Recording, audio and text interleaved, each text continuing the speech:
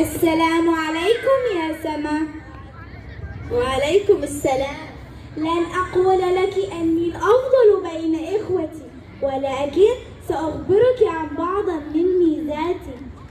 أنا عاصمة الإمارات العربية المتحدة، أشتهر بالكثير من المناطق السياحية والترفيهية. ميزاتي جعلتني من أفضل مدن العالم. أنا عرفت من تكون. أنتم عرفتم؟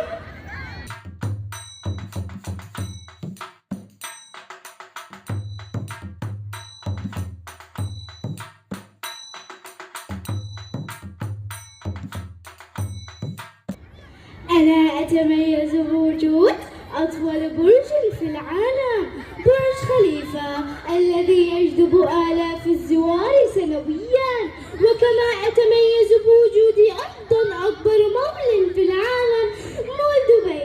من منكم لا يعرف ميزتي؟ تجذب السياح والمستثمرين من مختلف بقاع الأرض. عرفتم من تكون؟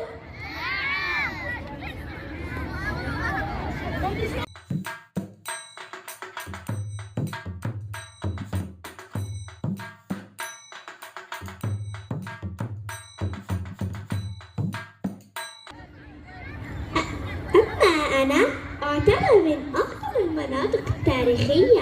أعلنتني اليونسكو سابقا كعاصمة الثقافة العربية، وتم اختياري لأحد السنوات كعاصمة الثقافة الإسلامية. عرفت أكيد من هي.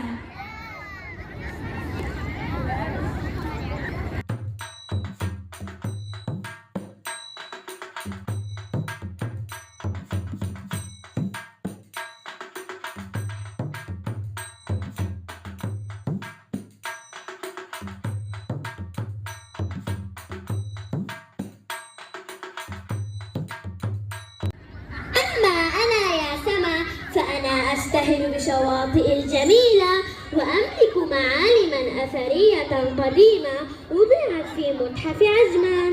وأشتهر أيضا بوجود مناطق رائعة تجذب السياح للترفيه والاستجمام. عرفتم من تكون؟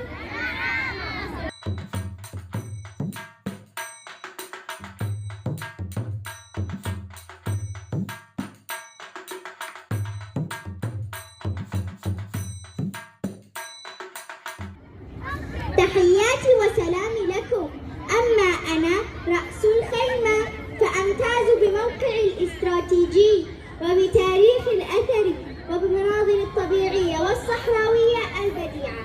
كما أشتهر بأعلى قمة في دولة الإمارات العربية المتحدة، وهي قمة جبل جيس. واضحة. عرفت بالتأكيد من هي.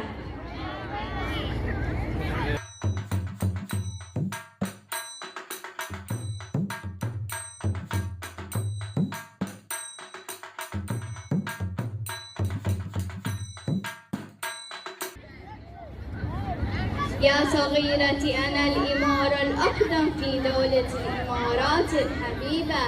أشتهر بمواقع أثرية والعديد من القرى. أمتاز بوجود جزر جميلة تجذب السياح من مختلف بقاع الأرض، مثل جزيرة القرم. برأيكم هل هي عجمان؟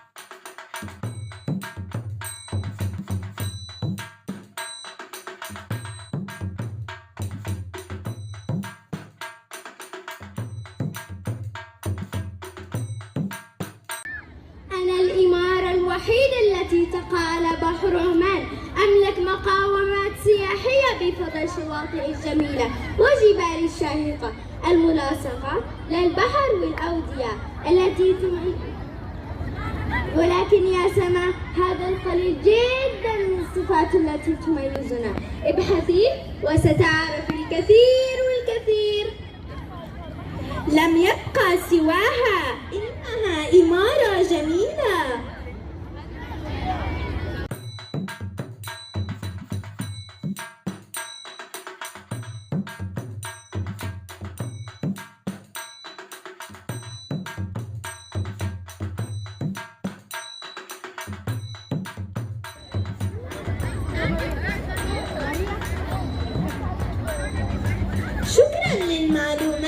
التي قدمتوها لي يا لروعتكم، لكن ماذا يا سما؟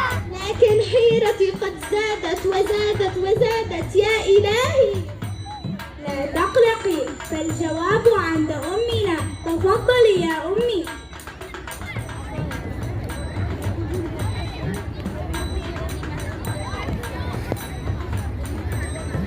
السلام عليكم يا أبناء السبعة.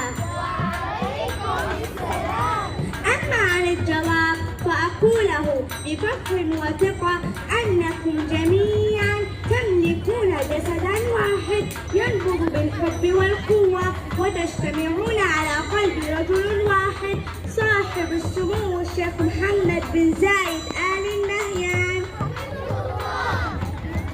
حمى الله الإمارات بحكامها وشعبها ورئيس دولتها.